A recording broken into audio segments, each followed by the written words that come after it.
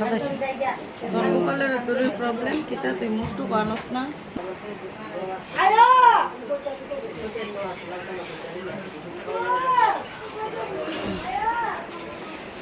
এমনি দেখছ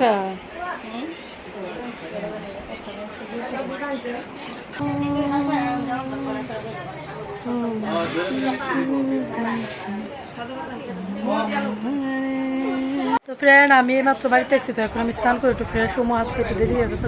দেহ আমার শরীরের মুখের কি অবস্থা হয়েছে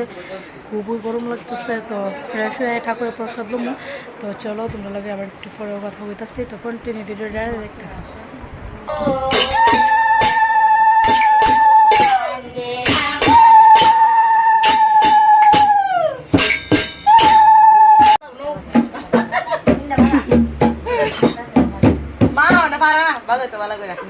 গুড্ডু বাম্পার পারে গুড্ডু কি সেরা করে বলতে সে গুড্ডু কি সেরা করে তাও মিলাতে ওইটা কইবেন ঢুলা বাড়া এর হাত ব্যথা করে না